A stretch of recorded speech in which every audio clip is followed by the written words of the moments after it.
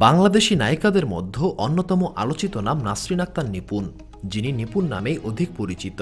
তিনি খুব মিষ্টি, সুন্দরী এবং মেধাবী অভিনেত্রী।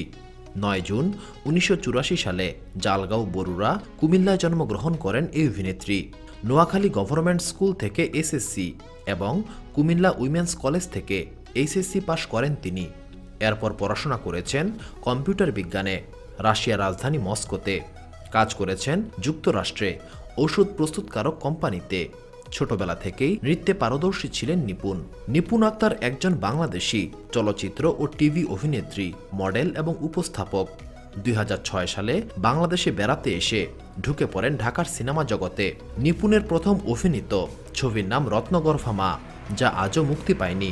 তার অভিনীত পিতার আসন প্রথম মুক্তি পাওয়া ছবি। এরপর আর পিছনে ফিরে তাকাননি নিপুণ। তারপর তিনি বেশ কিছু চলচ্চিত্রে অভিনয় করেন।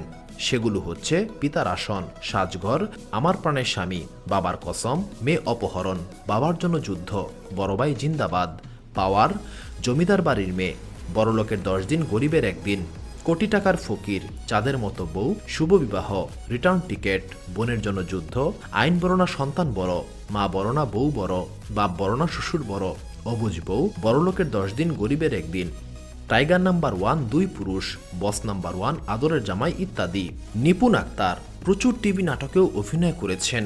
অসাধারণ অভিনয়ের জন্য নিপুণ 2 বার পেয়েছেন জাতীয় চলচ্চিত্র পুরস্কার। প্রথমবার পেয়েছেন সাজঘর ছবিতে অভিনয়ের জন্য। তারপর ২০০৯ সালে চাঁদের মতো বউ সিনেমায় অভিনয় করে আরেকবার পেয়েছেন এই পুরস্কার। এছাড়াও নিপুণ অন্যান্য পুরস্কারও পেয়েছেন, যার মধ্যে বাবিসাস অ্যাওয়ার্ড, ডিসিআরএ অ্যাওয়ার্ড ইত্যাদি। ২০১৭ সালে নিপুণ বাংলাদেশ চলচ্চিত্র সমিতির কার্যনির্বাহীর সদস্য পদ লাভ করেন। নিপুণের উচ্চতা 5 ফুট 5 ইঞ্চি।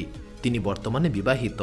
তানিশা নামে তার একটি কন্যা সন্তান রয়েছে। নিপুণ ভ্রমণ করতে খুবই পছন্দ করেন।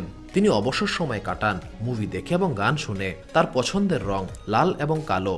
তিনি যে কোনো ধরনের দেশি খাবার খেতে খুবই পছন্দ করেন। সুপ্রিয় দর্শক মণ্ডলী, প্রতিদিন বিনোদনের নতুন নতুন খবর পেতে আমাদের চ্যানেলটি অবশ্যই সাবস্ক্রাইব করুন এবং পাশে থাকা বেল আইকনটি প্রেস করতে অবশ্যই ভুলবেন না। এবং সেই সাথে আপনার যে কোনো মতামত আমাদের জানাতে আমাদের ভিডিওতে অবশ্যই কমেন্ট করুন। আশা করি আপনারা সবাই ভালো থাকবেন এবং সুস্থ থাকবেন। ধন্যবাদ।